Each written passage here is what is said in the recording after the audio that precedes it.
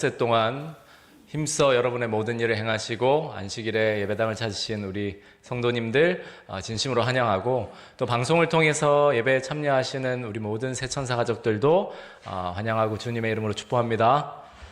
오늘도 우리 힘차게 서로 옆 사람과 인사하고 시작하겠습니다. 하늘까지 함께 갑시다. 네, 사랑과 소망을 담아서 손을 잡아주시고 하늘까지 함께 갑시다. 네, 감사합니다. 네, 벌써 11과입니다. 정말 시간이 정말 빠른데요. 이번 11과 교과를 열심히 공부하신 분들은 아마 아실 텐데, 이번 교과는 실천신학 영역이라고 생각이 됩니다. 조금 어려운 말로 들리실지 모르겠지만 간단히 말하면 어떤 교리적인 면보다는 우리 그리스도인 생활에 실천해야 할 영역들을 이야기해 주고 있습니다. 네, 잠시만요. 화면이 전환이, 네. 설정을 다시 해보겠습니다.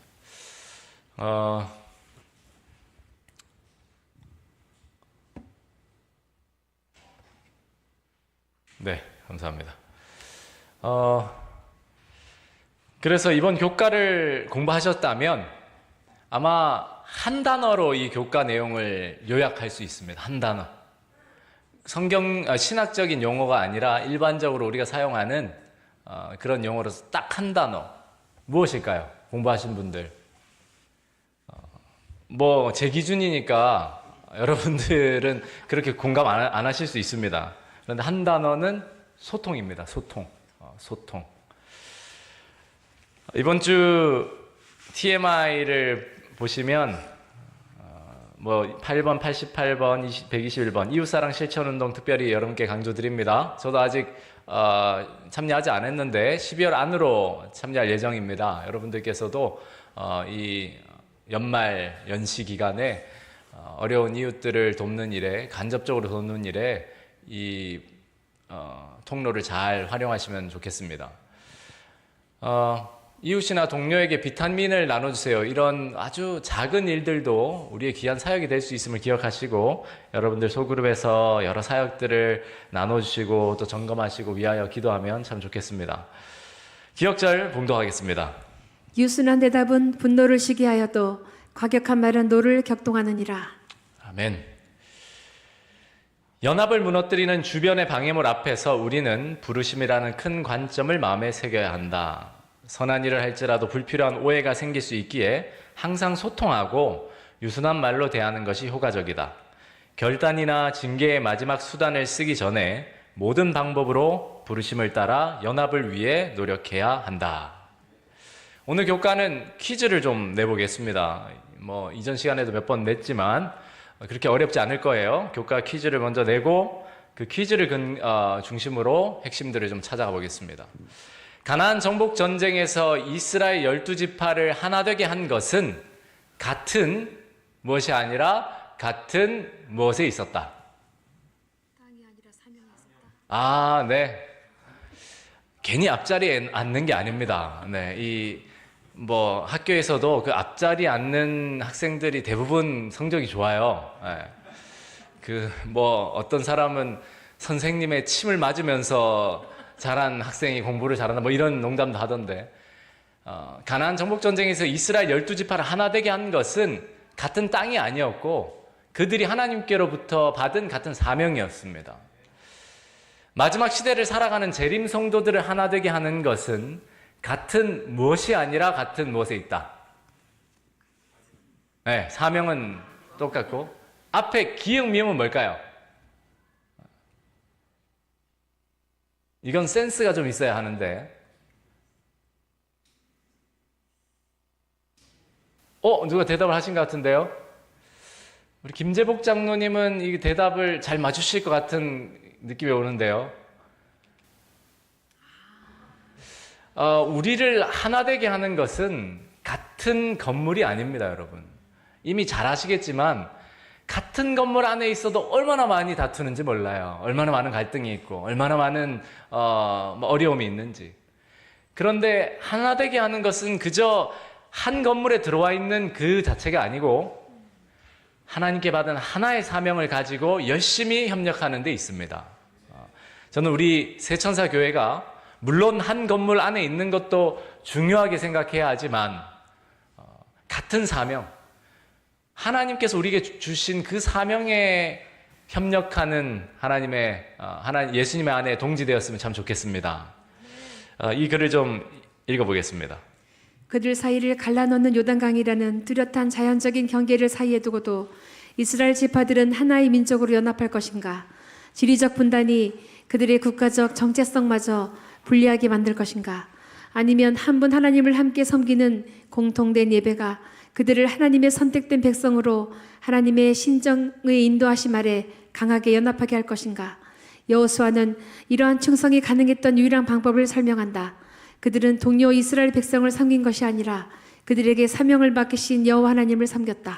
네, 이게 비결입니다. 지난주 수요일에 합회에서 소그룹 사역을 하는 사역자들이 모여서 피드백을 나누고 연말 이제 정리의 시간을 가졌는데 그때 죽은 교회를 부검하다라는 책을 서로 이렇게 나눴어요. 독후감 같은 거죠.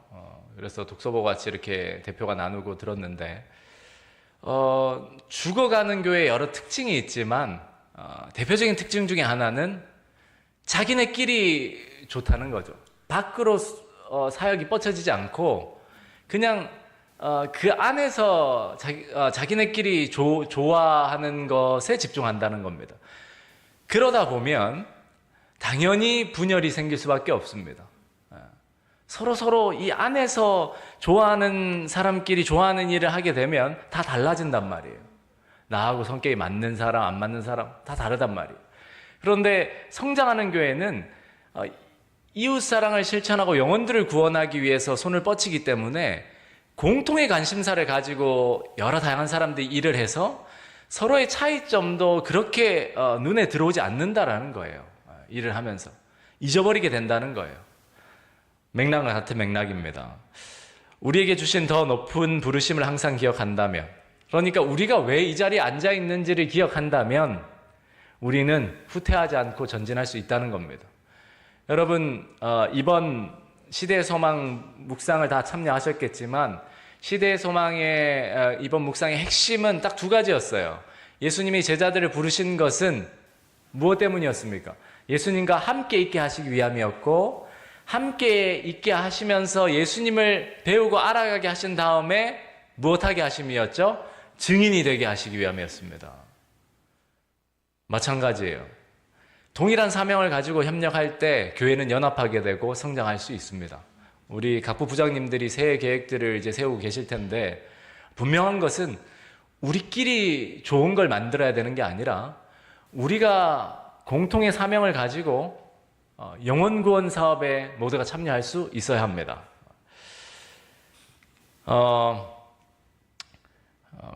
월요일 소지에 보면 이 여호수아 22장에서 벌어진 한 사건 이야기가 나오죠. 이스라엘 백성들이 원래 다 12지파가 요단강을 건너서 가나안 땅을 정복하고 땅을 분배받아야 하지만 요단강을 건너기 전에 2지파 반, 그러니까 루벤 자손, 갓 자손, 그리고 므낫세 지파의 절반이 어디에 정착하길 요청했죠, 모세에게? 네, 요단강 동편에 우리가 여기에 정착하면 좋겠습니다 라고 이야기를 했어요. 그때 여러 갈등이 생길 뻔했지만 모세가 가나안 정복 전쟁에 끝까지 참여한다라는 조건으로 이 2지파 반에게 그 땅을 약속해 줍니다. 그리고 그곳에 성읍을 세우고 기초적인 방비를 한 다음에 이 르벤 자손, 갓 자손, 므낫세의 반지파가 가나안 정복 전쟁에 참여하기 위해서 그들의 동족과 함께 가나안 요단강을 건너요. 그렇게 가나안 땅을 정복한 정복 전쟁 기간이 얼마였습니까? 교과에 7년 정도. 꽤 긴 시간이에요. 그러니까 이 2지파 반의 성인 남자들은 6, 7년이라는 기간을 전쟁에 참여하기 위해서 자신의 가족들, 처자식들과 떨어져 있었어요. 그만큼 하나님께서 그들에게 주신 사명에 충성하기 위해서 형제들과 연합했어요. 그리고 그 정복 전쟁이 끝나고 난 다음 땅을 분배받을 때에 이들이 이제 돌아가게 된 거잖아요. 그렇게 형제들의 축복과 감사 속에서 자신들이 이미 차지했던 요단강 동편의 땅으로 돌아가서 이 두 지파 반이 한 일이 무엇이었습니까? 큰 제단을 쌓아요. 큰 제단을. 마치 이스라엘 백성들이 요단강을 건넌 이후에 요단강에 물이 갈라져서 건너졌을 때 그 강 갈라진 땅에서, 물이 갈라져서 드러난 땅에서 돌을 가져와서 가나안 땅 건너자마자 제단을 세우잖아요. 그 제단과 비슷한 제단을 그 반대편 동쪽에다가 세운 거예요. 그 일로 인해서 많은 오해가 이제 발생됩니다. 가나안 땅을 정복해서 땅을 분배받았던, 그러니까 요단강 서쪽에 있었던 나머지 지파 사람들이 이 동쪽에 있던 그 두 지파 반 사람들이 우상 숭배에 빠졌다라고 오해한 거예요. 여러분, 교회 안에서도 오해가 많이 발생하나요? 네. 교회의 갈등을 보면 한 사람은 하나님 잘 믿자, 한 사람은 하나님 믿지 말자 하면서 갈등하는 경우는 전혀 없어요. 두 쪽 다 하나님을 잘 믿자라고 하는데 갈등이 생겨요. 그런데 그 갈등의 요인들 중에 가장 많은 원인이 있다면 오해입니다. 오해. 다른 사람의 말에 저희를 오해하고 그 동기를 오해하고. 그래서 이번 월요일 주제를 공부하면서 여러분들께 이렇게 좀 퀴즈를 드려보겠어요. 연합을 무너뜨린 것은 제단이 아니라, 동편에 세워졌던 그 제단이 아니라 무엇이었다고요? 오해였다. 그런데 그 오해는 무엇의 부재에서? 소통의 부재에서 시작되었다. 이 원리는 지금 우리가 살아가는 이 현재 교회에서도 똑같이 발생합니다. 제단을 세웠던 건 정말 선한 동기에서 한 일이고, 여호와 하나님에 대한 신앙을 잊지 않기 위해서 그들이 할 수 있었던, 어찌 보면 가장 경건한 일이었어요. 그런데 그 경건하고 선한 일을 했는데 믿음의 형제들이 비난하고 오해할 여지가 생긴 거예요. 왜 그랬을까요? 그 원인이 뭐였죠? 소통하지 않았기 때문이에요. 먼저 여호수아나 서쪽에 있었던 지파 지도자들에게 우리가 동쪽에 건너가면 우리도 너희와 같이 여호와 하나님을 섬기는 민족임을 잊지 않게 하기 위해서 제단을 쌓으려고 한다. 어떻게 했느냐? 그거 참 좋은 생각이다. 그렇게 해서 쌓았더라면 전혀 문제가 없었을 텐데, 그들이 건너가서 아무 소통하지 않고 세웠던 그 제단은 오히려 오해의 불씨가 되었습니다. 갈등의 불씨가 됐어요. 교과에서도 동편으로 돌아간 지파들이 제단을 쌓았을 때 그들의 동기에 대한 질문이 제기되었다. 서편의 지도자들과 상의 없이 한 일이기에 오해가 생길 수 있었다. 여러분, 제가 부목사 시절에서 한 5년, 임시까지 하면 6, 7년인데 부목사 시절에 배운 가장 중요한 두 가지가 있습니다. 경험으로 배웠던 두 가지. 첫째는 인사를 잘해야 된다. 지금도 사실 여러분들 기준에 담임 목사 인사를 잘하는지 안 하는지는 잘 모르겠습니다만 그 시절에는 엄격히 배웠어요. 인사를 잘해야 된다. 두 번째는 보고를 잘해야 된다.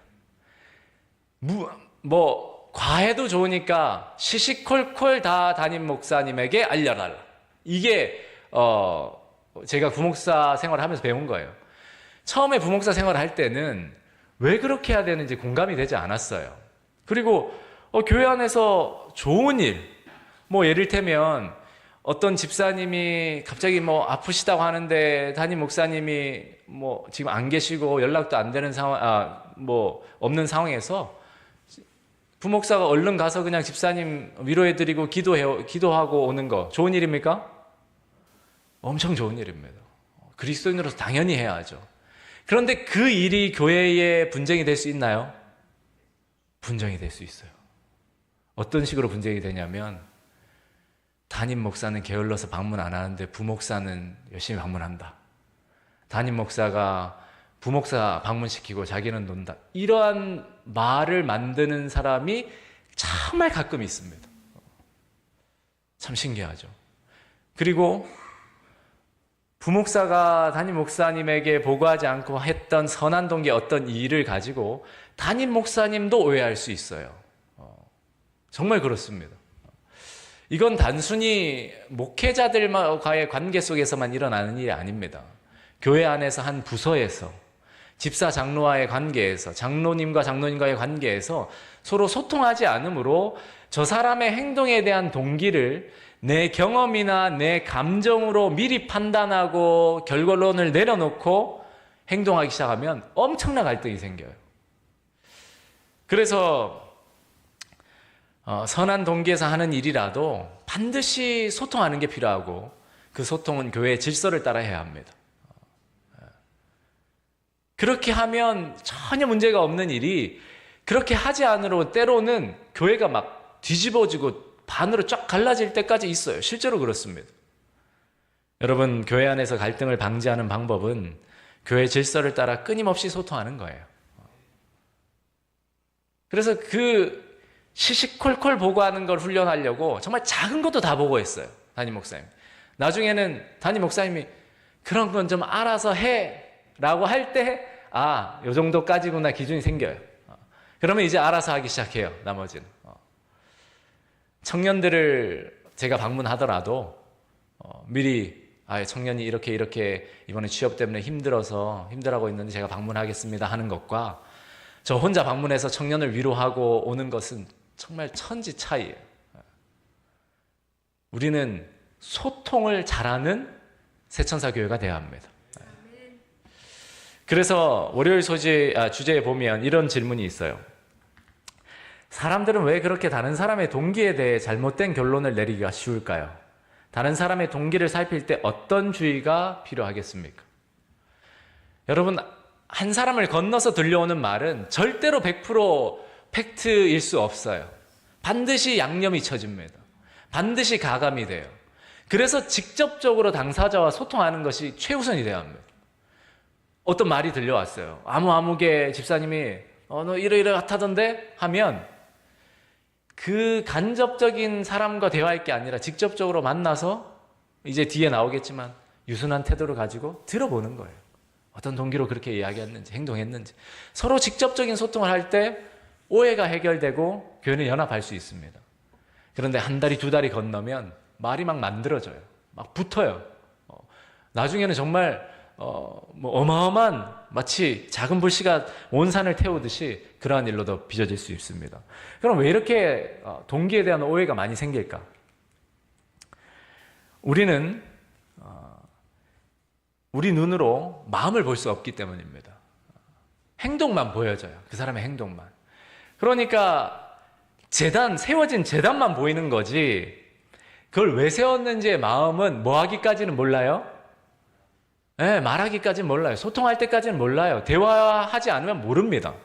마음을 눈으로 볼 수는 없지만 마음을 귀로 들을 수 있게 하는 것이 바로 대화예요. 사람은 절대 다른 사람의 동기를 눈으로 보지 못합니다. 그래서 들어야 해요.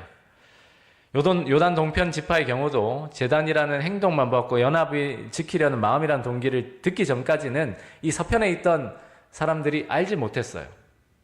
우리가 다른 사람의 동기를 쉽게 오해하는 이유도 사실, 팩트를 보는 게 아니라 그 사실에 대한 주관적인 해석을 가지고 판단하기 때문입니다. 제단을 세웠네? 저 우상숭배야. 왜 그런 판단을 미리 내렸을까요? 그것은 과거의 우리의 경험들 때문입니다. 과거의 경험들.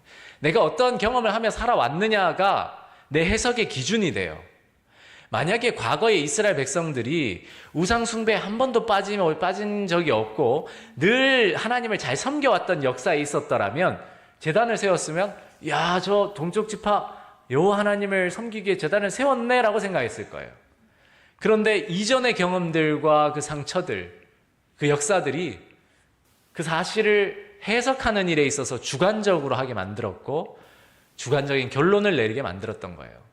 이스라엘 지파들은 이미 아간의 죄, 한 사람의 죄 때문에 모든 지파가 고통을 당했던 경험을 알고 있었어요. 그래서 저 두 지파 반이 한 행동이 전체 이스라엘 지파에게 영향을 줄 것이라는 두려움이 생긴 거예요.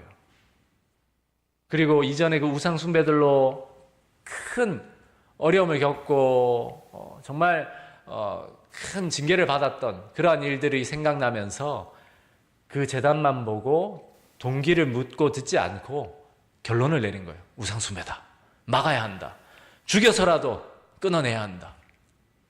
그렇게 과거의 실패가 현재를 오해하게 만드는 필터가 돼버린 거예요. 여러분, 우리도 마찬가지입니다. 우리가 어떤 사람의 행동을 보고 우리가 해석을 할 때에는 그 해석의 기준은 절대로 객관적이지 않습니다.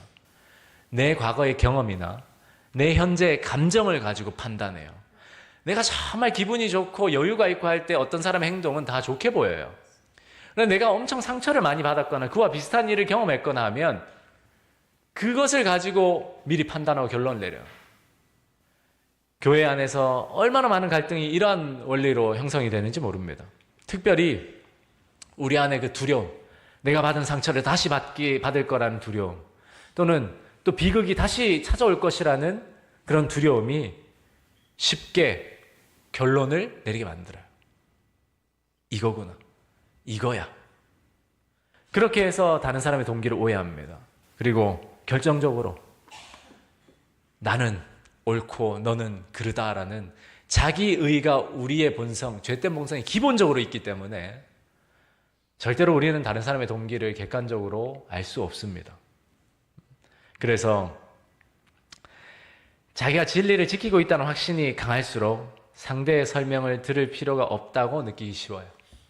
여러분은 일요일교회 교인들이랑 대화할 때 그 사람들이 예정론을 이야기하고 그 사람들이 뭐 영혼불멸론을 이야기하고 할 때 그럴 수도 있나라고 객관적으로 마음을 열고 듣습니까? 아니면 너는 진리의 진짜도 모르는 사람이야 라고 아예 치부해버리고 대합니까? 우리가 생각해 봐야 돼요. 그걸 믿으라는 게 아니라 우리는 이미 너보다 높은 수에 있어, 더 많이 알아, 내가 진리를 가지고 있어 라는 이 입장으로 바라보기 시작하면 많은 오해가 생겨요. 교단과 교단의 관계도 그렇지만 교회 안에서도 내가 신앙을 너보다 얼마나 더 했는데, 내가 교회 일을 해봐도 얼마나 더 했는데라는 기준을 가지고 대화하기 시작하면 젊은 세대와 또 열려있는 세대가 갈등을 하고 남녀가 갈등을 하고 얼마나 많은 갈등이 이렇게 발생하는지 몰라요. 그렇다면 우리가 다른 사람의 동기를 살필 때 그럼 오해하지 않으려면 어떻게 해야 할까? 당연히 여호수아 22장의 교훈을 따라야죠. 여호수아 22장은 물론 전쟁을 하기 위해 어느 정도 준비를 하고 있었지만 일단 대표단을 보냈어요. 그래서 자초지종을 직접 들어보려고 했던 겁니다. 여러분, 다른 사람의 동기를 살필 때, 오해가 발생하려고 할 때 반드시 필요한 건 예수님도 그렇게 권면하시잖아요. 직접 그 당사자를 불러서 해명할 수 있도록 하고 증인을 세워서 확실하게 들어라.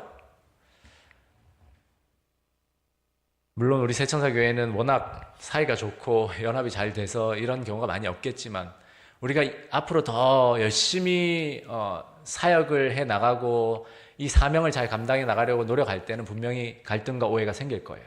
그럴 때마다 여호수아 22장의 이 교훈들을 우리가 기억해야 합니다. 판단보다는 먼저 들어야 해요. 들어줘야 합니다.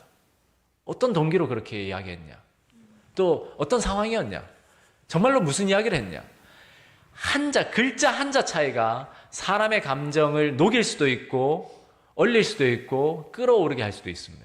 글자 한자 차이가, 아와 어 차이가. 그러므로 우리는 정확하게 그 사람에게 들어야 돼요. 그렇게 여호수아 전환점 22장에 보시면 대표단이 가서 특별히 그 비느하스, 하나님에 대한 신실함을 가졌던, 정의로움을 가졌던, 그리고 권위가 있었던 그 비느하스를 보내서 너희가 도대체 어떤 연유로 이런 일을 했느냐를 물었어요. 의심이 생길수록 직접 대화해야 합니다. 소문이나 간접 정보는 동기를 왜곡해요. 여러분, 당사자와 이야기하지 않고 다른 제3자와 이야기하기 시작하면 끝이 없습니다. 절대로 해결되지 않아요. 해결된다 하더라도 그건 해결이 아니에요. 반드시 기도하고 온유한 태도로 당사자와 직접 대화하는 것이 가장 좋습니다. 소문이나 간접 정보는 동기를 왜곡하고 그 안에서도 얼마나 많은 일들이 있었을까요? 회의를 하면서 서쪽 지파 사람들이 우상숭배입니다 막 그랬을 거고, 우리가 아간 때문에 멸망했던 그 일이 또 경험되는 거 아닙니까? 그 직원에서 난리가 났을 거 아니에요. 힘들더라도 끊어내야 합니다. 우리가 목숨을 걸고라도 지켜야지.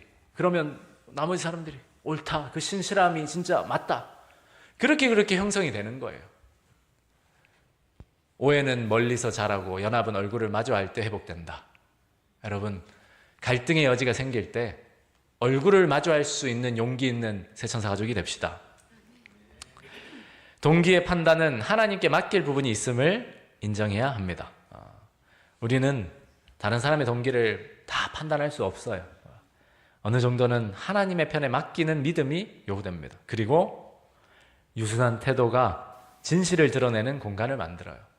만약에 서쪽에서 대표단이 와서 당신네들 이 제단 뭐냐고, 이거 우상숭배냐고 막 윽박 지를 때 동쪽 지파에 한 목사님이, 한 장로님이 사람을 무시하고 아주 해도 유분수지, 나를 어떻게 보고 이런 식으로 했다라면 어떤 일이 벌어졌을까요? 전쟁이 났을 겁니다. 아니 말이야, 우리가 같이 피 흘려서 같이 싸웠는데 이때까지 지금 당신이 나를 어떻게 보는 거야? 내 인격을 이렇게 모독할 수 있어? 그러나 동편 지파의 대표 사람들은 어떻게 했죠? 유순하게, 오해다, 우리 말 좀 들어봐라. 우리가 여차여차해서 이렇게 넘어왔는데 우리도 너희와 함께 동일한 여호와 하나님을 섬기는 민족으로서 우리의 정체성을 지키고 싶은데 우리의 자손들이나 이후 세대들이 이 신앙을 잊어버릴까 두렵다. 그래서 가나안을 건넌 다음에 세웠던 제단처럼 동일한 제단을 세워서 동일한 하나님을 믿는 신앙을 하는 민족임을 되새기고 싶었다라고 부드럽게 이야기하니까 어떤 일이 벌어졌나요? 모든 것이 갈등이 녹아내리고 오히려 거기에서 경배하고 찬양하고 서로 축제를 벌였잖아요. 그게 바로 교회 안에서 있어야 할 일들입니다. 교회 안에 갈등과 오해가 없어야 되냐? 절대 그럴 수 없습니다. 반드시 교회 안에는 갈등과 오해가 생겨요. 우리가 다양한 사람들이기 때문이고 연약한 사람들이기 때문입니다. 그러나 그 갈등과 오해를 어떻게 대하느냐의 차이가 그 교회가 건강한지 아닌지를 결정해요. 그런데 건강한 교회는 소통하는 교회입니다. 건강한 교회는 듣는 교회이고 유순한 태도로 대화하는 교회입니다. 저는 우리 새천사 교회가 그러한 교회 되기를 간절히 소망합니다. 다른 사람의 동기를 단정하는 순간 갈등은 시작됩니다. 그런데 그 동기를 묻는 순간 연합이 시작돼요. 여호수아 22장은 가정교회 지역사회의 일상적인 인간관계에 적용할 수 있는 몇 가지 의사소통의 원칙을 담고 있습니다. 교과 내용이에요. 이미 지금까지 다룬 내용이 다 월화수 내용 전체를 우리가 살핀 겁니다. 목요일 소재의 내용은 있는 그대로 제가 인용하겠고 우리 낭독하신 집사님이 잘 읽으시면 감사하겠습니다. 인간관계에 적용할 수 있는 몇 가지 의사소통 원칙, 여호수아 22장에서 발견하는 겁니다. 1번, 일이 잘못되거나 잘못되는 것처럼 보일 때 가장 좋은 방법은 폭발할 때까지 지켜보는 것 대신 서로 소통하는 것이다. 문제가 발생할 것처럼 보일 때 하나님의 백성들은 무관심한 태도를 지니지 않는 것이 바람직하다. 물론 요단강 동쪽의 지파들이 제단을 세우려는 의도를 미리 소통했었다면 이 모든 문제를 피할 수 있었을 것이다. 네, 여러분 뭐 하자고요? 소통하자고요. 그런데 사실 이 소통을 잘 못하는 사람이 누구냐 하면 제가 진짜로 소통에 약해요. 제 아내가 사모가 늘 요구하는 것이 대화 좀 해. 대화다운 대화 좀 해. 이런 얘기입니다. 제가 뭐 벙어리도 아니고 저도 대화하거든요. 그런데 대화를 하재요. 저는 제 아내의 말과 행동을 미리 판단하는데 엄청 익숙한 사람이에요. 왜 이렇게 판단할까요? 제가 제 아내보다 더 똑똑하다고 생각하기 때문입니다. 제가 제 아내보다 더 잘 안다고 생각하기 때문이에요. 교회 일이든 뭐든. 실제로 제가 2살 더 먹었거든요. 그러니까 밥을 먹어도 더 먹었고 나이를 먹어도 더 먹었는데, 그런데 사실 정말 약한 부분이 기질적으로나 또 커온 환경으로나 뭐 제가 지역 감정을 조장하는 건 아니지만 이 경상도 남자로서 이 대화가 잘 약해요. 그런데 아내뿐만 아니라 우리 여성분들이 원하는 건 대화잖아요. 이렇게 앉아서 내 감정이 어떤지, 당신 감정이 어떤지, 왜 그렇게 얘기했는지 조곤조곤 이렇게 얘기하고 대화하는 건데, 이건 정말 어떤 사람에게는 큰 도전이에요. 교회 관계에 있어서도 마찬가지입니다. 쉬운 말 같지만 교회 안에서 어떤 집사님, 어떤 장로님은 대화하는 게 익숙하지 않을 수 있어요. 그럼에도 노력하고 훈련하는 일이 있어야 합니다. 저도 마찬가지죠. 잔소리를 들으면서 자꾸 배워나가야죠. 때로는 시간으로 배워야 하고, 때로는 쓴 경험을 하면서 배워야 하고. 중요한 것은 소통하지 않으면 늘 오해와 갈등이 생긴다는 겁니다. 제가 참 감사한 건 우리 교회 수석 장로님은 담임 목사하고 정말 소통을 열심히 해주시는, 정말 감사해요. 그런데 제가 정확히 아는 건지 모르겠는데 사실 우리 수석 장로님 기질이나 성정도 이렇게 막 조곤조곤 대화하는 스타일이 아니시래요. 그런데 어떻게든 담임 목사가 잘 적응하고 목회를 잘 할 수 있게 노력하고 계세요. 여러분 부서장들도 마찬가지입니다. 그 부서 임원들과 뭐 세대가 달라서 또는 뭐 친하지 않아서 어려울 수 있지만 자꾸 소통해 주셔야 돼요. 전화하고. 소그룹 리더도 마찬가지고. 서로의 마음을 나누고. 그렇게 대화할 때.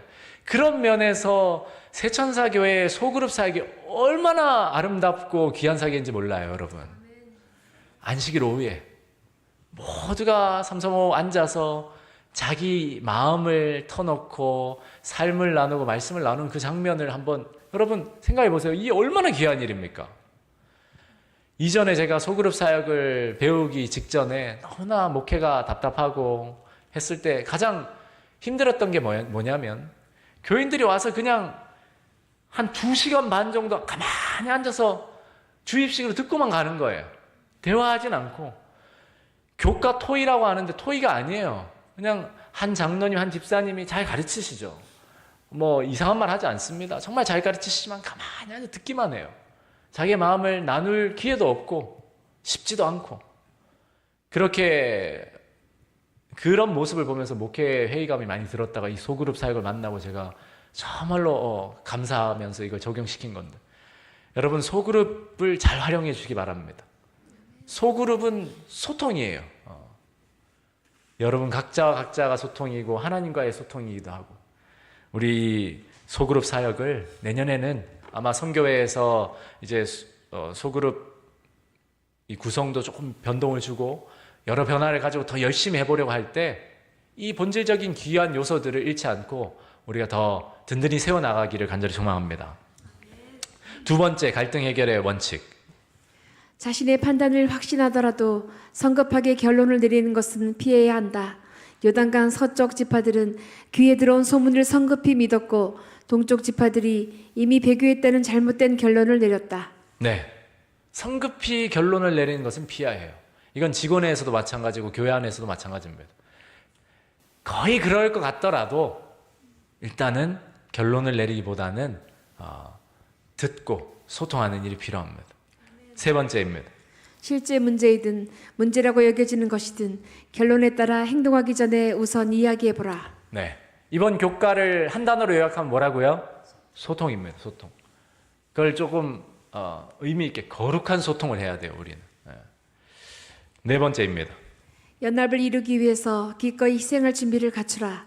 요단 서쪽 지파들은 요단강 건너편에 자리 잡은 것이 배교라고 생각된 일의 원인이라면 그 지파들을 수용하기 위해서 자신의 땅 일부를 포기할 준비가 되어 있었다. 네, 이게 정말 아름다운 모습이었는데 그 대표단이 와서 했던 말이, 너희가 이 땅이 마음에 들지 않으면, 그러니까 요단강 동편이 그렇게 마음에 들지 않으면 이미 다 우리가 분배를 마쳤지만 우리 땅을 내어줄게, 같이 살자. 희생의 이 마음을 가지고 접근했던 거예요. 여러분 교회 안에서도 우리가 오해와 갈등을 잠식시키려면 내 것을 희생하는 태도가 필요합니다. 내가 좀 손해보더라도, 내가 좀 양보하더라도 하나됨 품으려고 하는 마음, 그 마음으로 다가갈 때 대화가 되는 겁니다. 5번째입니다. 합당하게 혹은 부당하게 비난을 받을 때 분노를 가라앉히는 온유한 대답을 하라. 비난에 맞대응하는 것은 결코 평화로 이어질 수 없다. 이해받으려 하기 전에 이해하려고 노력하라. 네. 서쪽에서 그 지파 대표단이 와가지고 이게 뭐냐 했을 때 니네가 알 거 없어. 아니, 이거 우상숭배 아니야? 우상숭배 소리 같은 소리 하네. 막 이렇게 했다면 어떤 일이 벌어졌을까요? 온유한 태도 한번. 그 사사기에 보면 기드온이 그 정말 힘든 300명의 군사를 데리고 큰 승리를 거두고 끝까지 이제 적군을 쫓아가서 미디안을 물리치고 돌아오는 길에 참전하라고 초청했을 때는 오지 않았다가 다 이기고 나니까 그 승리가 부러워서 니네 왜 우리 안 불렀냐고 그렇게 오히려 그걸 뭐라고 하죠? 그런 표현을 우리 속담에 아주 말도 안 되는 그런 항의를 하던 지파에게 기드온이 강성으로 니네가 무슨 소리 하는 거냐 아주 적반하장도 유분수지 이렇게 나갔더라면 전쟁이 났을 거예요. 그런데 기드온이 그때 뭐라고 얘기했습니까? 우리 지파를 봐라. 너희 지파에 비하면 아무것도 아니다. 너희가 한 일이 훨씬 크고 우리는 그냥 작은 한 부분일 뿐인데 이렇게 겸손히 낮출 때 그 항의하던 지파가 부드러운 마음으로 돌아갔잖아요. 유순한 대답, 노를 쉬게 한다라는 잠언의 말씀을 기억하시기 바랍니다. 6번째입니다. 평화가 회복될 때 기뻐하고 하나님을 찬양하라. 둘과 반지파의 진정한 동기를 알게 된 후 이스라엘의 회중이 진정한 기쁨을 경험하는 것을 보는 것은 놀라운 일이다. 그들은 자신의 판단이 잘못되었음을 인정하지 못할 정도로 오만하지 않았다. 이 부분도 정말 중요합니다. 교회에서 갈등이 해결되지 않는 이유 중에 또 한 가지가 뭐냐면 내가 잘못 판단하고 잘못 말하고 잘못 행동했는데 그걸 인정하기가 자존심이 허락하지 않아서 끝까지 아니라고 버티다가 갈등이 막 불거질 때가 많아요. 그런데 정말 용기 있는 것은 내가 잘못 판단했습니다. 내가 잘못 말했습니다. 내가 몰랐습니다. 내가 잘못 행동했습니다. 그 용기 있는 단순한 인정, 그것이 얼마나 교회를 부드럽게 연합시키는지 몰라요. 여러분, 우리도 잘못한 게 있으면 잘못했다. 모르면 모른다. 그렇게 말할 수 있는 용기 있는 사람이 되면 참 좋겠습니다. 저도 담임 목사지만 못한 거 있으면 못한다. 또 잘못했다. 그렇게 할 줄 모르고 담임 목사라고 담임 목사한테 이렇게 얘기하냐면 자존심을 부리고 하기 시작하면 무슨 일이 벌어집니까? 교회가 연합할 수 없습니다. 여러분, 교회가 연합하기 위해서는 정말로 우리가 소통하면서 온유한 태도로 또 잘못할 때에는 그것을 인정할 수 있는 용기로 그렇게 할 때에 연합이 이루어집니다. 그러나 중요한 것은 연합을 하기 위해서 진리를 희석하거나 원칙을 포기해서는 안 됩니다. 그러나 그럼에도 어떤 사람을 징계하는 일은 반드시 마지막 수단으로 그리고 그 사람의 회복과 또 구원을 위해서 해야 함을 잊지 말아야 합니다.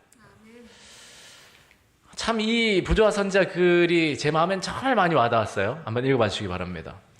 비난과 힐책으로 고쳐진 사람은 없음. 자신의 행위를 자책하는 데는 민감하지 않으면서도 과오를 범했다고 생각하는 다른 사람들을 매우 혹독하게 취급하는 자들이 너무도 많다. 일찍이 비난과 힐책으로 그릇된 태도를 교정받은 자는 한 사람도 없다. 오히려 그렇게 함으로 바른 길에서 아주 멀리 떠나가고 마음이 굳어져서 죄를 뉘우치지 않는 자들이 많다. 친절한 정신과 겸손하고 관대한 태도가 과오를 범한 자를 구원할 수 있고 많은 허물을 가릴 수 있다. 여러분, 한 사람도 없대요. 한 사람도. 비난과 힐책으로 정죄로 고쳐진 사람은 한 사람도 없대요. 물론 잘못은 잘못했다 이야기해야 하죠. 꾸짖어야 하고 징계가 할 땐 징계해야 하고. 그러나 비난과 힐책으로 그릇된 태도를 교정받은 자는 한 사람도 없대요. 저는 아이를 키우면서도 이 말씀이 정말 많이 와닿았습니다. 야단치는 거? 야단 쳐야죠. 잘못한 건 분명히 알려줘야 합니다. 그러나 그 야단으로 사람이 변하지는 않는다는 거예요. 온유한 태도와 모본으로, 사랑으로, 친절한 정신으로 저는 우리 새천사 교회가 정말 이러한 교회가 되면 참 좋겠습니다. 내용을 다 읽진 않겠습니다. 좀 기니까. 어쨌든 이 루벤 지파의 그런 어떤 태도, 온유한 태도, 그러한 태도가 모든 이 이스라엘 지파의 갈등의 불씨를 잠재웠다라는 겁니다. 그리고 우리도 그렇게 그리스도인으로서 온유하게 하는 태도가 필요하다는 거죠. 제가 참 좋아하는 도식이 있어요. 하나님께서 우리에게 연합과 우애가 있기를 원하시는데 내일도 혹 이 도식을 사용할 수도 있겠습니다. 이 점들입니다. 이 점 하나하나가 우리 다 다양한 우리 교회 구성원들이라고 생각할 때 우리가 서로 더 가까워지고 연합하려면 어떻게 할까요? 한 곳으로 모여야 합니다. 한 곳으로. 중심에 있는 예수님을 바라보면서 뭐 1cm라도 1m라도 점점 그쪽을 향해서 오게 되면 서로가 어떻게 되죠? 가까워집니다. 그런데 나는 이 집사님이 좋아. 나는 이 목사님이 좋아. 이런 식으로 사람에게 집중해서 옮겨가기 시작하면 끼리는 가까워지는데 다른 사람은 더 멀어져요. 그리고 그 중심이 되는 사람이 예수님과의 관계를 돈독히 하면 다행인데 연약한 사람이라서 무너지고 예수님과 소원해지는 그런 일들이 있으면 전체가 그와 가까웠던 사람 전체가 다 예수님을 떠나게 되고 이렇게 돼요. 비록 더디지만 우리 각자가 서로 친해지는 가장 안전한 방법은 뭐냐면 예수님을 향해서 예수님을 바라보고 조금씩이라도 걸어가면 점점 가까워지게 돼 있어요. 예수님만 바라보고 가면 됩니다. 그러면 자연스럽게 서로가 가까워져요. 근데 사람을 바라보고 걸어가기 시작하면 더 멀어집니다. 몇 명은 가까워지겠죠. 그렇게 점점 예수님을 바라보고 가게 되면 서로 연합하고 하나가 돼요. 이 원리가 어디에 있냐면 재림신도의 가정에 정말 아름답게 기록되어 있습니다. 한번 읽어봐 주실까요? 가족들과 교회에서 일어나는 분열과 불화의 원인은 곧 그리스도께로부터 분리되는 데 있다. 그리스도께로 가까이 가게 되면 피차에 가까워진다. 교회 내에서와 가족 내에서 참된 연합의 비결은 외교적 수완과 경영, 수완 또는 난관을 극복하려는 초인간적인 노력, 비록 이것들이 이 목적을 달성하는 데 큰 도움이 되더라도 잊지 않고 그리스도와의 연합에 있다. 하나의 큰 동그라미를 그리고 그 변두리로부터 많은 선들을 그 중심에 연결시켜 보라. 선들은 그 중심에 가까이 가면 갈수록 피차에 더욱 가까워진다. 그리스도인의 생애도 이와 같다. 우리가 그리스도께 가까이 가면 갈수록 피차 간에 더욱 가까워진다. 하나님께서는 당신의 백성들이 일치된 행동으로 연합할 때 영광을 받으신다. 아멘. 제 아내가 얼마 전에 누군지 기억이 안 나는데 최근에 한 성도님의 젊은 가정 집사님이었는지 집사님 우리 내년에는 좀 더 친해져요? 이 말을 했어요. 여러분 내년에는 저도 여러분들과 좀 더 친해지고 싶습니다. 친해지려면 어떻게 해야 되죠? 밥을 사주셔야 합니까? 제가 선물을 사드려야 합니까? 우리 서로 친해져요라는 말 당연히 먹고 마시고 또 교제하는 일이 필요하죠. 그러나 가장 안전하고 확실한 방법은 어떻게 하는 거라고요? 예수님께로 점점 가까이 가는 거예요. 우리 서로 예수님 바라보면서 살아요. 이 말이 우리 내년에 좀 더 친해져요라는 말과 같은 말입니다. 저는 그랬으면 좋겠어요. 내년에 새천사교회 모습이 이런 모습이 아니고 이 소그룹은 이 소그룹끼리 친하고 여기는 친하고 각자 이렇게 친한 것도 좋지만 그래서 서로 모여드는 것도 좋아요. 그러나 가장 안전한 방법은 우리 모두가 예수님께로 향하는 겁니다. 저는 우리 새천사교회가 내년에 바로 이러한 모습으로 동일한 사명, 하나님이 우리에게 주신 사명과 우리를 부르신 그 더 높은 부르심에 열심으로 협력하며 봉사하는 저와 여러분들 되시기를 예수님 이름으로 기도하며 말씀을 마치겠습니다. 교과 결론을 읽고 우리 나눔을 갖겠습니다. 연합을 무너뜨리는 주변의 방해물 앞에서 우리의 부르심이라는 큰 관점을 마음에 새겨야 한다. 불리하게 만드는 요단강 앞에서도 양편이 연합하고 충성을 유지한 비결은 동료만이 아닌 사명을 주신 하나님을 함께 섬겼기 때문이다. 아무리 선한 일을 할지라도 불필요한 오해가 생길 수 있기에 서로 소통하는 것이 매우 중요하다. 뉴스란 말은 비난과 어려움 앞에서도 연합을 이끌어낼 수 있다. 연합은 진리를 희석하고 포기하면서까지 지켜야 하는 것은 아니지만 마지막 수단을 사용하기 전에 할 수 있는 모든 방법으로 부르심을 따라 연합하기 위해 노력해야 한다. 아멘. 네, 우리 곁에 계신 두 분 혹은 세 분씩 짝을 지어주시고 앞에 나온 질문을 가지고 나눔을 가져주시면 감사하겠습니다. 만약 내가 요단강 동편 지파였다면 나는 어떻게 반응했을까? 그리고 혹시 최근에 누군가의 동기를 단정지은 적이 있는지 또 그 일이 어떤 교훈을 줬는지 한번 나눠주시기 바랍니다.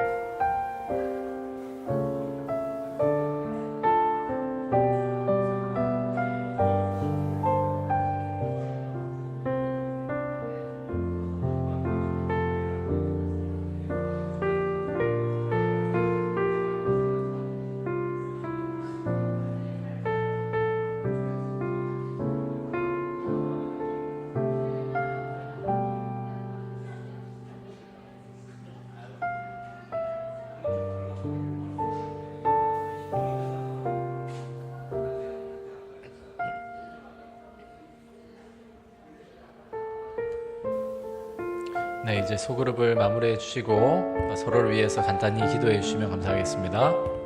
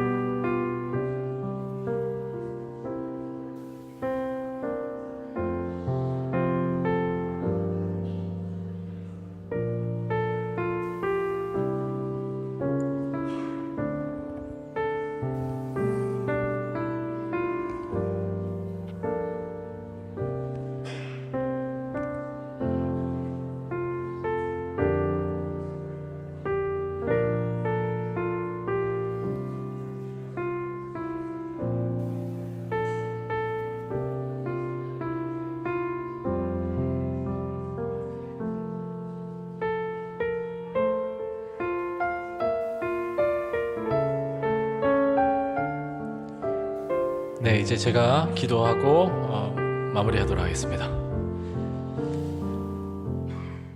하나님 아버지, 하늘과 소통할 수 없었던 우리를 구원하셔서 예수 그리스도를 통하여 다시금 하나님과 소통할 수 있게 하신 하나님의 그 은혜에 감사드립니다. 우리 모든 새천사교회 성도들이 새해에는 하나님과의 소통을 늘 이어갈 수 있는 경건의 생활, 믿음의 생활을 할 수 있도록 도와주십시오.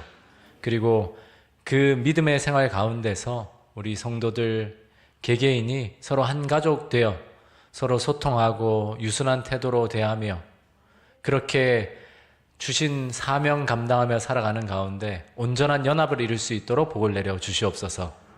하나님, 비록 오해와 갈등이 생기고 때로는 상처받는 일이 생길지라도 예수님의 방법대로 진리의 말씀이 허락하는 교훈대로 우리가 이 원칙과 원리를 잘 사용하여서 함께 연합하여 하나님께 영광 돌리는 그러한 새천사 가족들 될 수 있도록 인도하여 주시옵소서. 예수님 이름으로 기도합니다. 아멘.